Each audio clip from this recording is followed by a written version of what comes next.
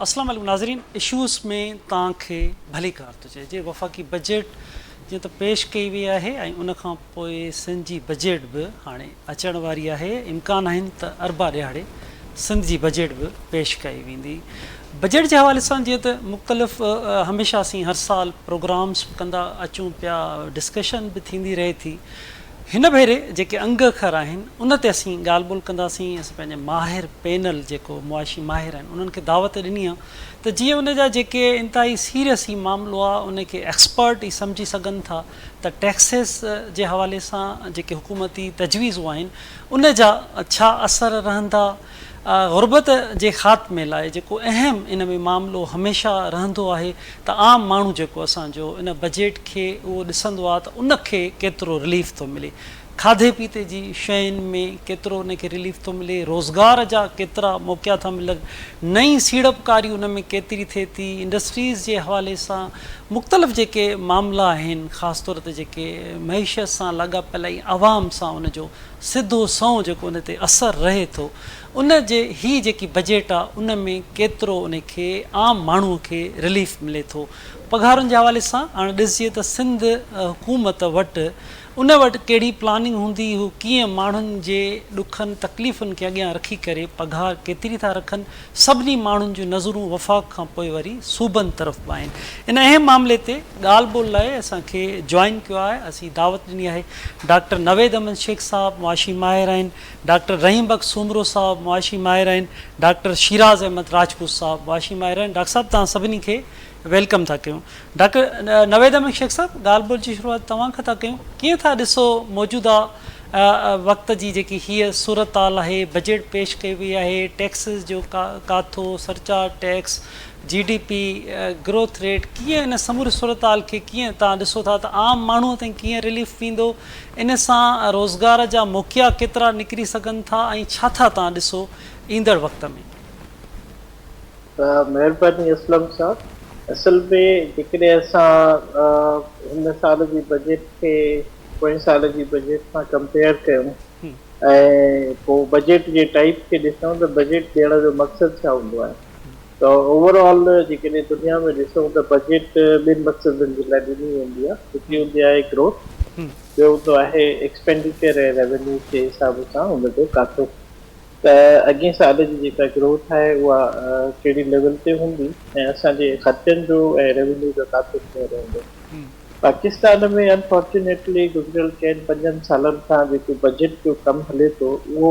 रुगो revenue focused आहे। मतिलबु मैक्सिमम हद ताईं जेको स्टेप्स कया वेंदा आहिनि, जेके अंग अखर ॾिना वेंदा आहिनि या जेके बि इंडिकेटर हूंदा आहिनि उहे इहो शो कंदा आहिनि त गवर्नमेंट पैसा कीअं वधाए, पंहिंजो रेवेन्यू कीअं वधाए। तो हिन दफ़े बि उहो ई आहे। हिन दफ़े जेका बजट आहे असल में पोएं साल खां मुख़्तलिफ़ कोन्हे। मतिलबु टोटल जे हिसाब सां ॾिसूं त पोएं दफ़े 17 खरब हुई, अॼु 18 खरब आहे, 6% 6.5% जो फ़र्क़ु आहे। ऐं जेकॾहिं असां नॉमिनल सेंस में ॾिसूं त 6-6.5% जो फ़र्क़ु आहे, पर रियल सेंस में ॾिसूं त इहो असल में फ़र्क़ु 0 आहे। तंहिं करे जो पोएं साल जेका असांजी एन्युअल इन्फ्लेशन हुई उहा 6-6.5% हुई। त जेकॾहिं असां हुनजो इम्पैक्ट असांजी अॼु जी बजट मां कढी छॾियूं त बेसिकली पोएं साल जी बजट ऐं हिन साल जी बजट में न। उन खां पोइ जेको ॿियो हूंदो आहे त असांजी एलोकेशन कीअं थी आहे। जेके असां आम माण्हूअ जा मसइला आहिनि, ख़ासि करे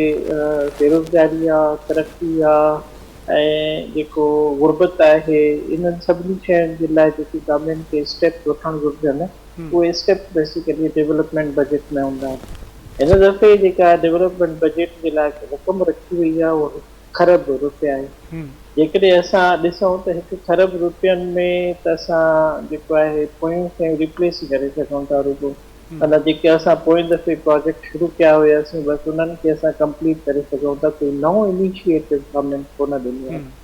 पैसा बि कोन्हनि।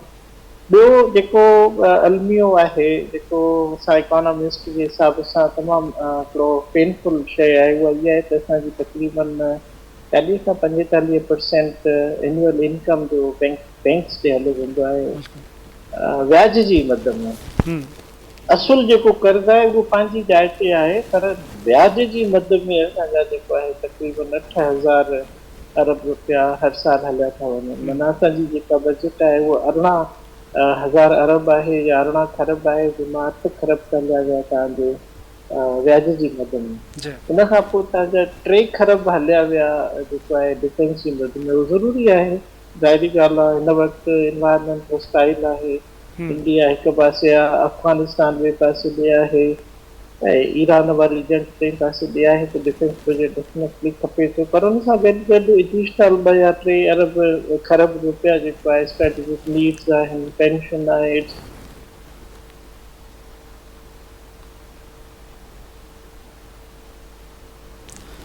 डॉक्टर साहब तव्हां ॿुधी सघो पिया? जी जी डॉक्टर साहब जी जी डायरेक्ट या इनडायरेक्ट हुनजी मद में वञनि था। बाक़ी उन खां पोइ बचे थो सब्सिडीज़ आहिनि, एनर्जी सेक्टर आहे, मैन्युफैक्चरिंग सेक्टर आहे, जनरल पब्लिक जेका अचे थी ख़ल्क़ ख़ुदा जी, उन्हनि जे लाइ वञी बचे थो टैक्स। हेल्थ खे ॾिसो, हेल्थ जी एलोकेशन आहे, हायर एजुकेशन जी एलोकेशन आहे, नवां प्रोजेक्ट्स आहिनि कंस्ट्रक्शन जा, या जेको एम्प्लॉयमेंट जनरेटिंग सेक्टर्स आहिनि, मैन्युफैक्चरिंग आहे, उन में तव्हां ॾिसो त टैक्सिस टैक्सिस टैक्सिस, कोई रिलीफ कोन्हे। जेकॾहिं असां मतिलबु चालाकी इहा था करे गवर्नमेंट, त जेकॾहिं असां सोलर प्लेटुनि ते टैक्स घटायूं था त इन्वर्टर जी टैक्स वधाए था छॾियो। माना हिकु पासे ॾांहुं असां रिलीफ ॾेई करे ॿिए पासे ॾांहुं उहो उन्हनि खां खीसे था वठूं। जंहिं मतिलबु इहो आहे त इहो असांखे गोल घुमाइण वारी शइ आहे, जेका ट्रक जी बत्तीअ जे पुठियां आवाम खे लॻायो वेंदो आहे, ऐं आवाम जेको आहे 24 कलाक वेठो हूंदो आहे कि हर बजट में कोई रिलीफ मिले। न इलेक्ट्रिसिटी जे टैरिफ में कोई रिलीफ आहे, न पेट्रोलियम जी लेवी ते कोई टैरिफ आहे, न लिविंग कॉस्ट जी घटि थिए, न कॉस्ट ऑफ डूइंग बिज़नेस जी घटि थिए, पर एलिट क्लास खे फ़ाइदो थो ॾिनो वञे, IPPs खे फ़ाइदो थो ॾिनो वञे, बैंकर्स खे फ़ाइदो थो ॾिनो वञे। हाणे इन में मज़े जी ॻाल्हि जेका आहे, जेका मां मज़े जी न चवां ख़तरनाक ॻाल्हि, उहा इहा ई त असांजो जेको कर्ज़ु आहे उहो ओतिरो जो ओतिरो ई आहे। मिसाल तौर पोइ दफ़े असां 7,000 अरब रुपया जेको आहे इंट्रेस्ट पेमेंट पे ॾिना, हिन दफ़े 8,000 इंट्रेस्ट पेमेंट पे ॾियूं था। इन में जेकॾहिं असां इहो चऊं त बाबा ही 8,000 इंट्रेस्ट पेमेंट में जेके पैसा बैंक्स खे असां ॾियूं था, त इहे असल में पोइ कर्ज़ जो इंट्रेस्ट लाहिण जे लाइ, माना कर्ज़ु इन जे करे था वठूं त जीअं पोइ कर्ज़ु लाहे सघूं। इनखे इकोनॉमिक्स में चवंदा आहिनि डेट ट्रैप। मतिलबु पाकिस्तान रियल सेंस में डेट ट्रैप में आहे। हिकिड़ो कर्ज़ु हूंदो आहे असां वठूं ऐं पोइ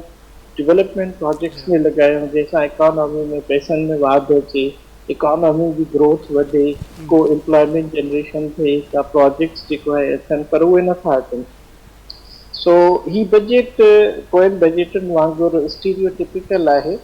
आम माण्हूअ जे लाइ कोई रिलीफ कोन्हे, सवाइ सैलरी क्लास आहे। पर जेकॾहिं तव्हां सैलरी क्लास ते टैक्स बर्डन ॾिसो त हिन वक़्तु तव्हांजी डायरेक्ट इनकम टैक्स जो 90% जेको टैक्स रेवेन्यू आहे उहो तव्हांजो सैलरी क्लास थो पे करे, या तव्हांजी सेल्स टैक्स आहे, इनडायरेक्ट टैक्स आहे। त चवण जो मतिलबु इहो आहे त आम माण्हूअ जे लाइ ऐं डेवलपमेंट और ग्रोथ जे लाइ हिन बजट में अनफॉर्चुनेटली गवर्नमेंट कुझु बि ॾियण में नाकाम रही आहे। बिल्कुलु डॉक्टर साहब, बिल्कुलु तव्हां इंतिहाई अहम ॻाल्हि ॿोल कई। अच्छा डॉक्टर रहीम बख़्श सुमरो साहब, मां तव्हांजे तरफ़ ईंदुमि। कीअं था ॾिसो हिन बजट में, जीअं डॉक्टर नवेद अहमद शेख साहब बि ॻाल्हि कई, रिलीफ केतिरो था ॾिसो, जेको इंतिहाई अहम सवाल हूंदो आहे असांजे आम माण्हू वटि, त उन माण्हुनि लाइ केतिरो रिलीफ था तव्हां ॾिसो? जी डॉक्टर रहीम बख़्श सुमरो साहब। डॉक्टर साहब तव्हांखे आवाज़ु अचे थो मुंहिंजो? डॉक्टर रहीम बख़्श सुमरो साहब आवाज़ु अचे थो तव्हांखे? नज़ीर डॉक्टर रहीम बख़्श सुमरो साहब जी राब्तो बहाल थिए तेसीं हेलो जी डॉक्टर रहीम बख़्श साहब आवाज़ु अचे थो तव्हांखे? जी जी आवाज़ अचे थो। जी डॉक्टर साहब मां तव्हांखां इहो ई सुवाल पे कयो त रिलीफ केतिरो था ॾिसो हिन बजट में? आम माण्हू वटि सुवाल हूंदो आहे, असां सभिनी वटि हूंदो आहे, त केतिरो रिलीफ मिलंदो आम माण्हूअ खे, समाज खे, तरक़ियाती कमनि लाइ, तालीम लाइ, मुख़्तलिफ़ मामलनि लाइ? साईं असलम साहब महिरबानी। सही असल में बजट खे ॾिसंदासीं जी त हिन बजट में जेको मेजर रिलीफ हिकिड़ो मिलियल आहे उहो आहे त 7% जेका पघार वधी आहे। हिकिड़ो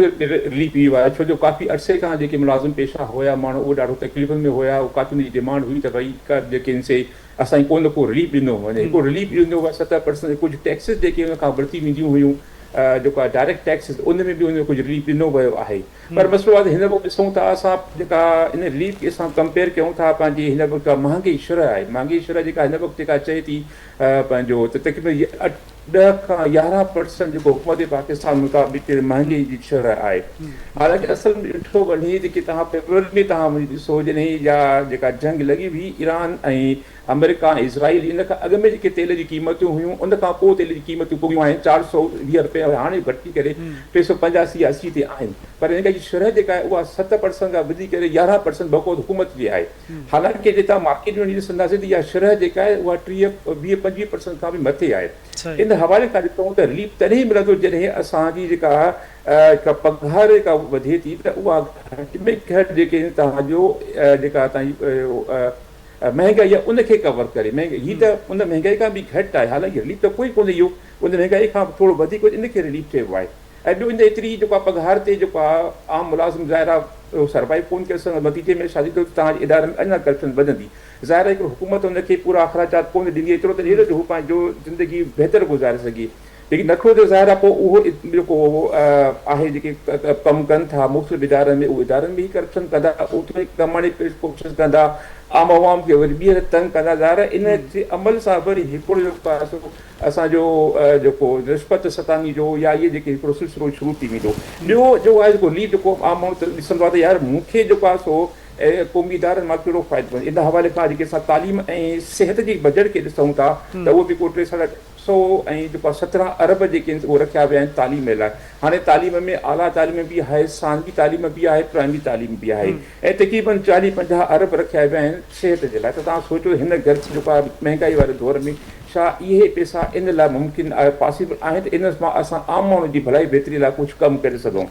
त ज़ाहिर आहे इहो जेको रिलीफ आहे त इन ॿिनि शयुनि खे ॾिसूं था त इन हवाले खां त को रिलीफ त कोन ॾिनो आहे हीअ हिकिड़ी अकाउंटिंग एक्सरसाइज़ आहे जेका गुज़िरियल साल थी वई हाणे वरी 20 साल थी वई हालांकि हिन वक़्तु जेको आहे 7% जेको आहे उहो बजट वधीक रखियो माना वधायो वियो आहे 7% वधीक मक़सदु इहो आहे त ज़ाहिर आहे टैक्स अञा तव्हां वधीक वठंदो ऐं असांजी का घणो ज़ोर जेको हूंदो आहे हुकूमत जो उहो हूंदो आहे त इनडायरेक्ट टैक्सिस अणथी टैक्सिस ऐं हिन वॾे वॾो जेको तरीक़ो आहे उहो आहे पेट्रोल लेवी उहा पेट्रोल वधाए छॾियो तव्हां उन में लेवीज़ वधाए छॾियो उन मां तव्हां पैसा हासिलु कयो त तमामु आसानु आहे APR ॿिया इदारा असां कमु करण लाइ तयारु आहिनि कोन त ज़ाहिर वॾे वॾो सही जेको तरीक़ो इहो ई आहे त तव्हां इनडायरेक्ट टैक्सिस जेके सभु माण्हुनि खां वठी करे पोइ वियो हाणे जीअं तव्हां इनडायरेक्ट टैक्स वधाए त जेको तव्हां रिलीफ ॾिनो उहो त तव्हां होॾो वटि खसे वियो हुन माण्हू खां हाणे हिकु हथ में हिकिड़ी शइ ॾेई ॿिए हथ मां उहा शइ तव्हां खसे वञो था त इन हवाले खां मुंहिंजे ख़्याल में त हिन बजट में कंहिं क़िस्म जो आम माण्हू लाइ को रिलीफ आहे कोन रिलीफ तॾहिं मिलंदो जॾहिं जेका तव्हांजी महांगाई घटि थींदी जेसिताईं महांगाई घटि थींदी ओतिरो तव्हांजे माण्हू जी जेका परचेसिंग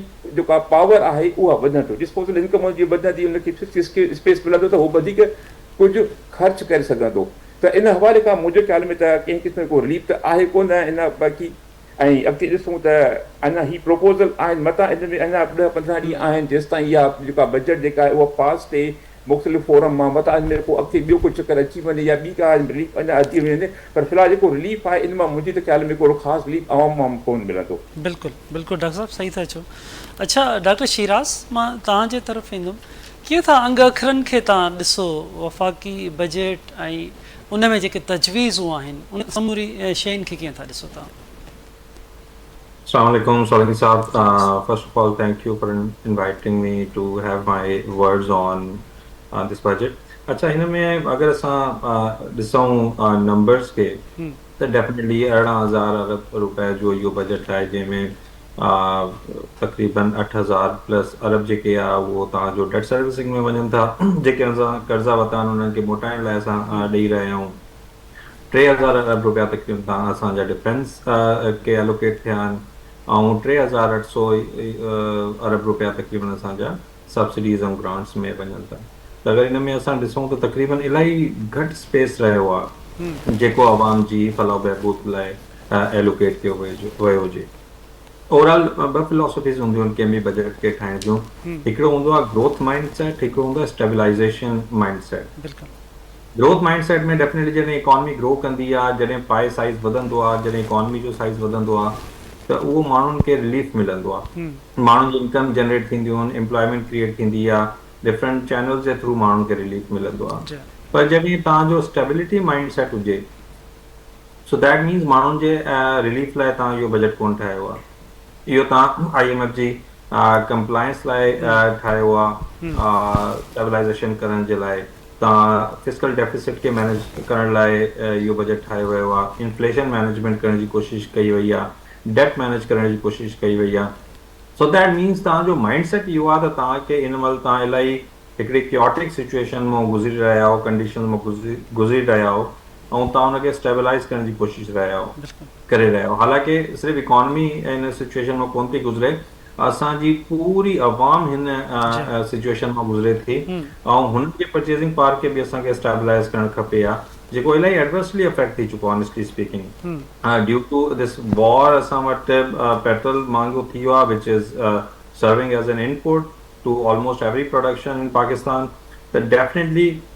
उनजे करे जेको असां परचेसिंग पावर आहे, माण्हुनि जे इनकम लेवल्स आहिनि, उहे इलाही जेके मिडिल क्लास हुआ उहे बि तक़रीबन हाणे तव्हांजा पुअर क्लास में हली रहिया आहिनि. हिकिड़ो मिसाल ॾेई छॾियां तव्हांखे, 2016 में ऐं पंहिंजी सैलरी सां तक़रीबन 3000 लीटर्स ऑफ पेट्रोल ख़रीद करे सघंदो हुउसि. अॼु मूंखे 3000 लीटर्स पेट्रोल ख़रीद करण लाइ घटि में घटि मुंहिंजी सैलरी 1 मिलियन प्लस हुजणु खपे, जेका न आहे, जेका उन खां इलाही लेस आहे. हालांकि मां प्रमोट बि थियो आहियां, मां ग्रोथ बि अचीव कई आहे, मां इंक्रीमेंट्स बि लॻा आहिनि हर साल, पर still I am earning a lot less than what I was earning in 2016, which means त मां हर साल ग़रीब थी रहियो आहियां. ऐं असां अहिड़ो तबिको आहियूं जंहिंखे कंहिं बि सोसाइटी में ह्यूमन कैपिटल चयो वेंदो आहे. त अगरि असां इहा हालति आहे,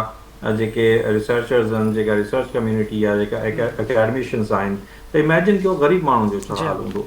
डेफिनेटली ॾाढा बुरा हालात आहिनि ऐं compliance in order to compliance to the IMF conditions असांखे बुरी तरह सप्रेस कयो वियो आहे. टैक्सेस ऑल्सो थोड़ा रिलीफ ॾिना विया आहिनि टैक्स स्लैब्स में, पर स्टिल ग्रोथ न आहे. हेल्थ ते का ख़ातिर खां इज़ाफ़ो कोन कयो वियो आहे, बल्कि ओतिरो ई रखियो वियो आहे इन रियल टर्म्स, जेको इज़ाफ़ो न हुजण जे बराबरि आहे. एजुकेशन खे टोटल इग्नोर कयो वियो आहे, हेल्थ खे इग्नोर कयो वियो आहे, बाक़ी जेके बि तव्हांजा PSDP आहिनि उन्हनि खे बि तक़रीबन इग्नोर ई कयो वियो आहे. ऐं जेसीं ताईं इहे सेगमेंट्स असां फ्लरिश कोन थींदा असांजी इकोनॉमी में, ओसीं ताईं असांजी इकोनॉमी डेवलप कोन थींदी. ऐं अंटिल डेवलप थिए असांजी इकोनॉमी, कोई बि जेको आवाम आहे हुनखे कोई बि रिलीफ कोन मिली सघंदो. बिल्कुलु डॉक्टर शिराज. अच्छा डॉक्टर नवेद शेख साहब, कीअं IMF जी डॉक्टर शिराज ॻाल्हि ॿोल खे केतिरो असरअंदाज़ सम्झो था त IMF जूं शर्तूं असांजी बजट ते असरअंदाज़ थियनि थियूं. इन सां गॾोगॾु NFC बाबति बि मां तव्हां खां मालूम कंदुमि त उन में तव्हां छा था सम्झो त केतिरी कटौती कई वञे थी, जंहिंजा सिंध ते त केतिरा उन जा असर पवंदा. महिरबानी. असल में ही त अपोज़िशन त चवे थी त IMF ड्रिवन बजट आहे, त असर त ॻाल्हि ई कोन्हे. मिसाल डॉक्यूमेंट ठही मिलियो ऐं हुनखे इम्प्लीमेंट कयो वियो ऐं मैनेज कयो वियो. अनफॉर्चुनेटली गुज़रियल 5-6 सालनि खां जेका मुल्क जी बजट आहे, इकोनॉमिस्ट कोन था ठाहिनि,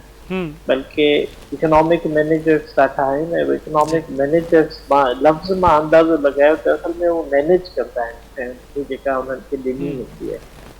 सो ही अध खां वधीक बजट जेका आहे उहा तव्हांजे 2 या 3 कॉम्पोनेंट्स में वञे. मिसाल जे तौर ते IPPs असांजो सभ खां वॾो प्रॉब्लम आहे. गवर्नमेंट 2-3 दफ़ा मां क्रेडिट ॾींदुसि, उन्हनि 2-3 दफ़ा इहा कोशिशि कई आहे त IPPs जी जेके रेट्स आहिनि उन्हनि खे रेशनलाइज़ कजे, उन्हनि सां रीनिगोशिएट कजे, पर IMF उहो रीनिगोशिएट न करणु ॾींदी आहे त बाबा हिननि जा भले हाई रेट हुजनि. हिन दफ़े बि सर्कुलर डेट में ऐं एनर्जी सब्सिडीज़ में घटि 1.8 ट्रिलियन रुपीज़ जेको आहे उहे सब्सिडी में ॾिना विया आहिनि. हाणे उहे सब्सिडीज़ असांखे मतिलबु सब्सिडी लफ़्ज़ मां ईअं पियो लॻे त अवाम खे को रिलीफ थो मिले, पर सब्सिडी असल में इहा आहे जेका कंपनियुनि खे ॾिनी वई आहे, IPPs खे, जेके बिजली प्रोड्यूस करनि था, के इलेक्ट्रिका, लिस्को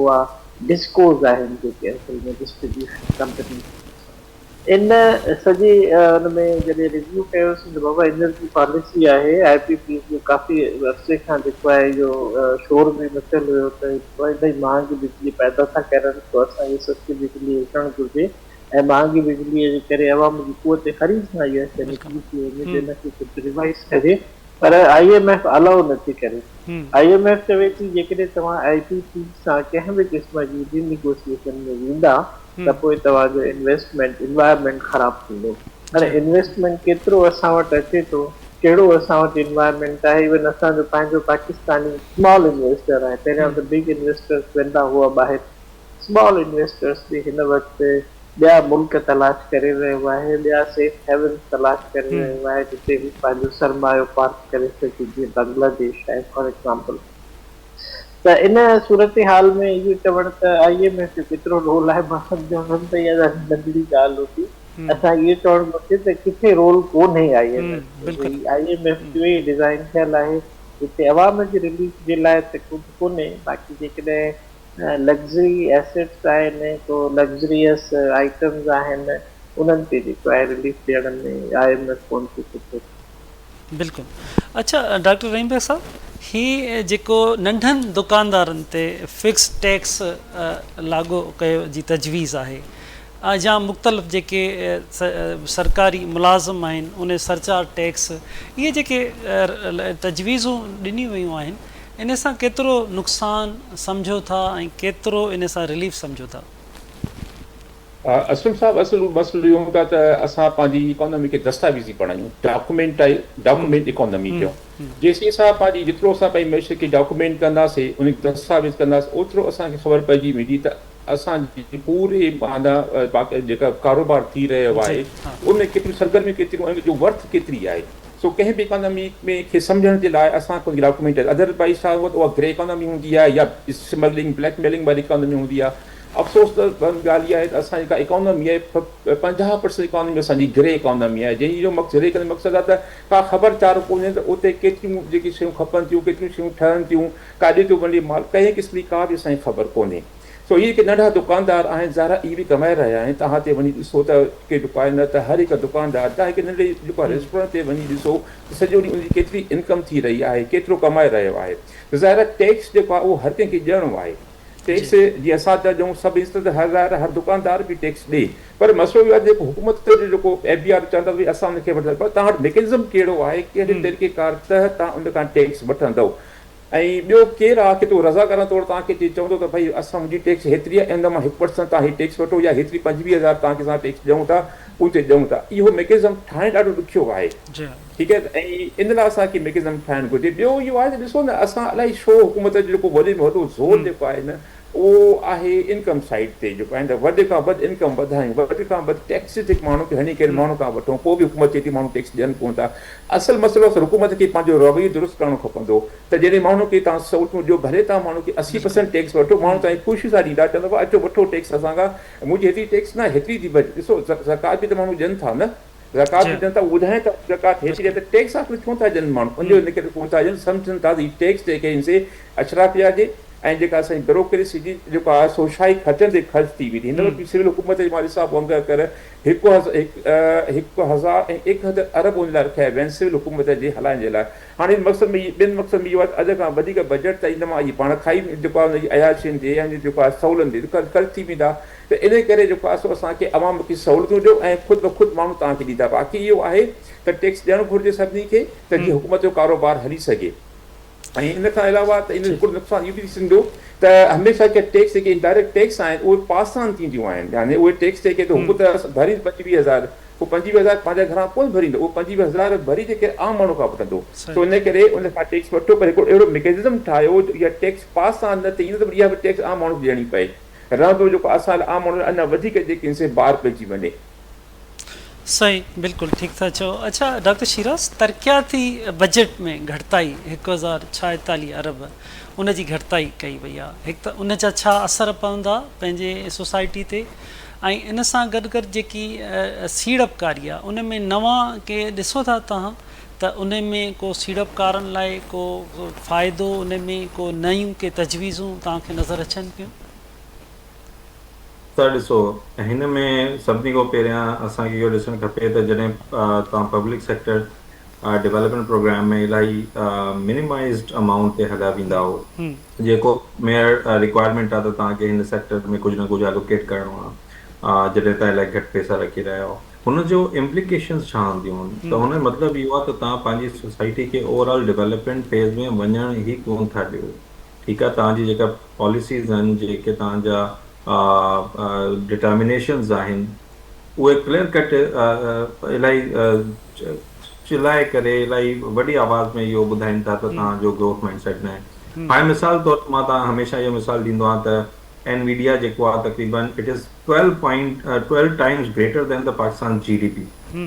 12 टाइम्स वॾो आहे पाकिस्तान जी GDP खां। अल्फाबेट आहे उहो तक़रीबन 11 टाइम्स वॾो आहे। एप्पल जेका कंपनी आहे उहो तक़रीबन 11 टाइम्स वॾी आहे। माइक्रोसॉफ्ट तक़रीबन 8 टाइम्स वॾी आहे। एमेज़ॉन तक़रीबन 7 टाइम्स वॾी आहे। हिन जो मतिलबु छा आहे? इहे कंपनीज़ हिकु हिकु कंपनी पाकिस्तान जे बजट खां 12 टाइम्स वॾियूं आहिनि। मतिलबु 18,000 अरब जो आहे त हू तक़रीबन 40,000 अरब जो, या सॉरी इलाही वॾी अमाउंट में वॉल्यूम आहे हुननि जो। इहो कीअं थींदो आहे? इहो थींदो आहे जॾहिं तव्हां डेवलपमेंट फोकस्ड हुजो, जॾहिं तव्हां पंहिंजे अवाम खे, जॾहिं पंहिंजी इकोनॉमिक पॉलिसीज़ जे थ्रू इनोवेशन खे प्रोमोट कयो, तव्हां हिकिड़ो डेमोक्रेटाइज़्ड फाइनेंशियल सिस्टम ठाहियो जंहिंमें every one should have a fair share of financial availability so that they could be investing, उन इन्वेस्ट बि कनि ऐं उनजो रिवार्ड्स बि रीप कनि। पर असां वटि हिकु हिकु कंपनी एॾी वॾी थी वई आहे, पाकिस्तान जे बजट खां 10 टाइम्स वॾी थी वई आहे। तो इनोवेशन जे थ्रू थी आहे, इंसेंटिव जे थ्रू थी आहे, जॾहिं गवर्नमेंट उन्हनि खे सपोर्ट थी करे, जॾहिं गवर्नमेंट उन्हनि खे इनकरेज थी करे, तव्हां अचो, तव्हां पंहिंजे मेंटल एबिलिटीज़ खे यूज़ कयो, एंटरप्रेन्योर थियो ऐं हिकिड़ी नई इनोवेशन आणियो, ऐं सिर्फ़ु तव्हां अमीर न थियो, पूरी सोसाइटी खे अमीर करे छॾियो। इवन एतिरो अमीर करे छॾियो अथनि जो असांजे मुल्कनि में बि इन्हनि जी बेसिस ते जॉब्स आहिनि। माइक्रोसॉफ्ट न हुजे हा त पाकिस्तान में इलाही लखे माण्हू अनएम्प्लॉयड हुजंदा, या इंटरनेट न हुजे हा त लखे माण्हू अनएम्प्लॉयड हुजंदा। सो दैट मीन्स उन्हनि सिर्फ़ु पंहिंजे लाइ जॉब क्रिएट न की आहे, बल्कि पूरी दुनिया जे लाइ जॉब क्रिएट करे छॾींदा आहिनि। पर असांजी इकॉनमी में इहो कोन थो थी रहियो आहे। उहो इन करे थी रहियो आहे, ई न आहे त असांजे माण्हुनि में एबिलिटी न आहे, स्किल्स न आहिनि, शायदि उन्हनि खां वधीक पोटेंशियल हुजे, शायदि उन्हनि खां वधीक स्किल हुजे, लेकिन असांजी जेका गवर्नमेंट सपोर्ट रिक्वायर्ड हूंदी आहे डेवलपमेंट जे लाइ, उहा मिसिंग आहे। ऐं जेसीं ताईं उहा न हूंदी त डेफिनेटली असांजी इकॉनमी ओतिरो प्रॉस्पर न करे सघंदी, ऐं असां हमेशह स्टेबलाइज़ेशन माइंडसेट में रहंदासीं त कीअं न कीअं करे मैनेज कयूं। अगरि हिन माइंडसेट में रहंदासीं त डेफिनेटली असां कॾहिं बि तरक़ी न करे सघंदासीं, डेवलपमेंट न करे सघंदासीं, ऐं असांजी आवाम खे कोई बि रिलीफ कोन मिलंदो। बिल्कुलु। अच्छा डॉक्टर नवेद, पूरी दुनिया जी पाण इकानमीअ खे ॾिसूं था, उतां जी बजट्स खे ॾिसूं था, कीअं था तव्हां सम्झो त हिकु सुठी बजट लाइ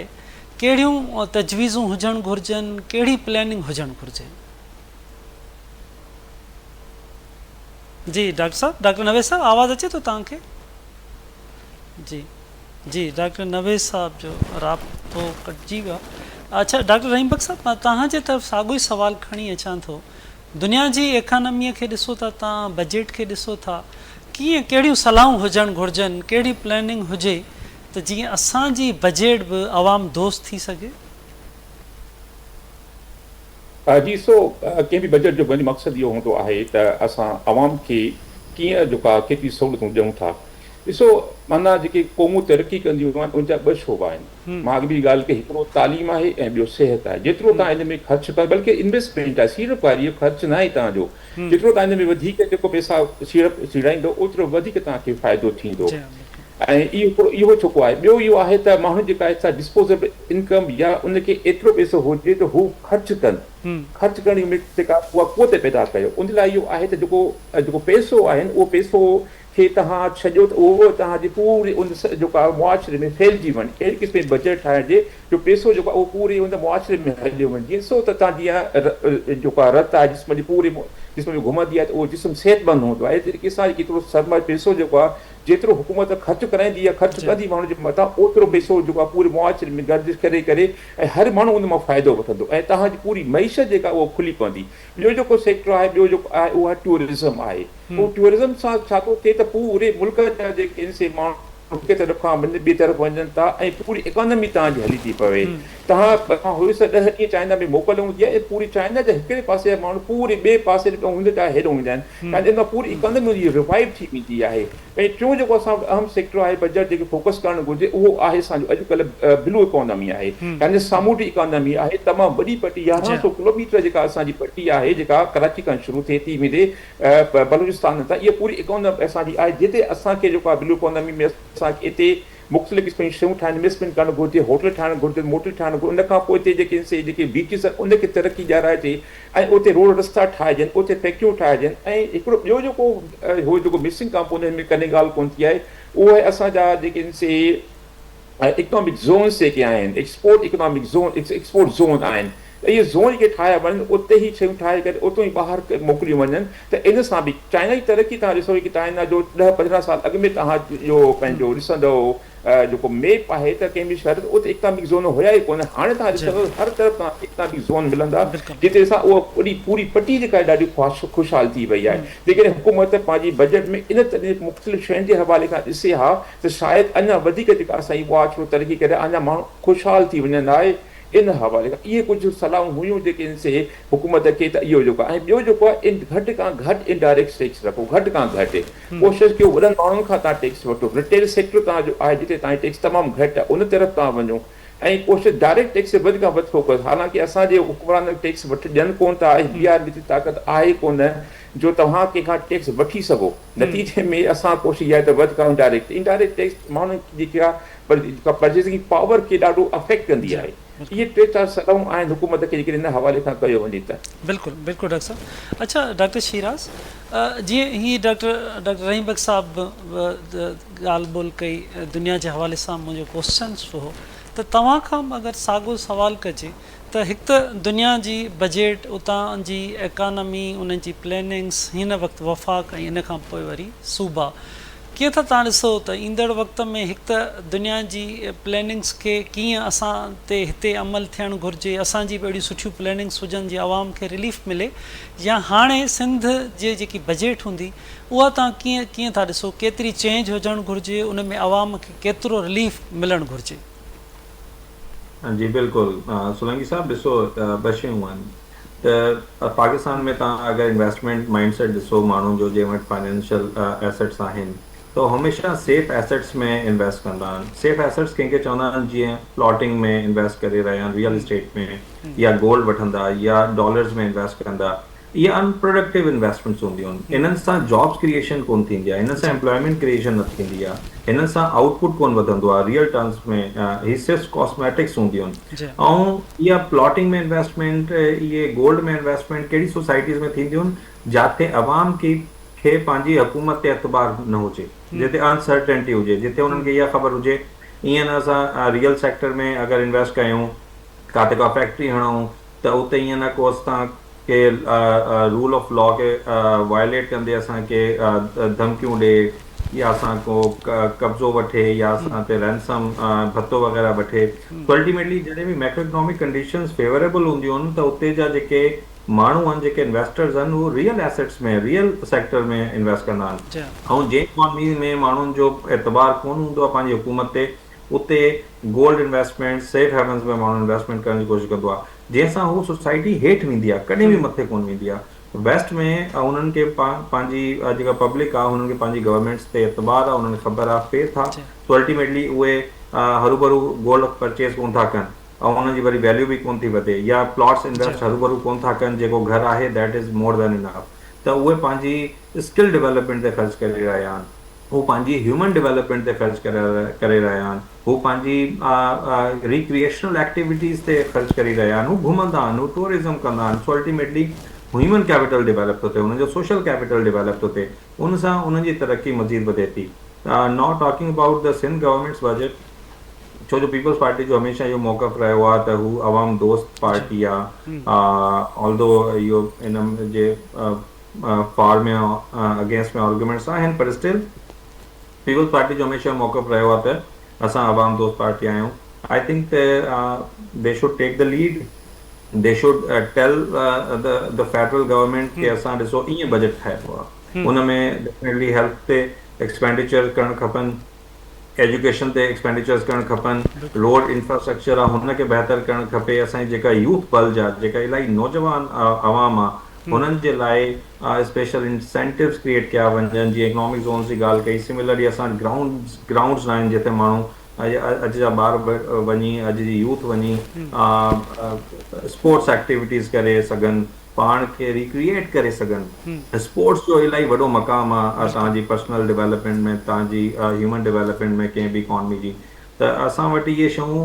महदूद थींदियूं थी वञनि। सो अल्टीमेटली असांजी जेका ब्रेन डेवलपमेंट आहे, ह्यूमन डेवलपमेंट आहे, उहा एतिरी इफेक्टिव कोन थी रही आहे। आई थिंक सिंध गवर्नमेंट ते इलाही वॾी ज़िम्मेदारी आहे हिन महिल, त हुननि खे लीड करणु खपे, हू पूरी पाकिस्तान खे ॿुधाइणु खपे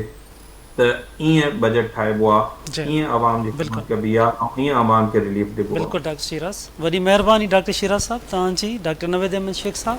डॉक्टर रहीम बख्श उमरो साहब, तव्हांजी वॾी महिरबानी। नाज़रीन, असांजे एक्सपर्ट्स मुआशी माहिरनि बि इहा ई साॻी ॻाल्हि कई आहे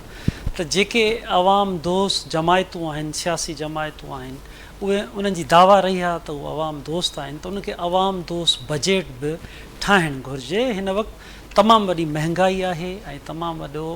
मुल्क जे अंदरि प्रॉब्लम्स आहिनि, ख़ासि तौर ते महांगाई जे हवाले सां। उते अवाम जूं उमेदूं बि आहिनि त हुकूमतूं जेके तजवीज़ूं ॾिनियूं आहिनि, उहे तजवीज़ूं उन ते अमल बि उन सूरत में थियणु घुरिजे जिन सां समाज में अवाम जी महांगाई जो ख़ात्मो अचे, अवाम जी भलाई थिए, उन सां मुख़्तलिफ़ रोज़गार जा मौक़िया नौजवाननि खे मिली सघनि। सीड़पकारीअ में उनखे तरक़ियाती बजट आहे, उन जो वाध थियणु घुरिजे त जीअं सालनि खां वठी जेकी दाह रहे थी त बजट अवाम दोस्त न आहे, उहा बजट अवाम दोस्त थी सघे। उहा नवनि इशू सां गॾु ॿीहर गॾूंदासीं। तेसिताईं पंहिंजे मेज़बान असलम हैदर खे ॾींदा इजाज़त। अल्लाह।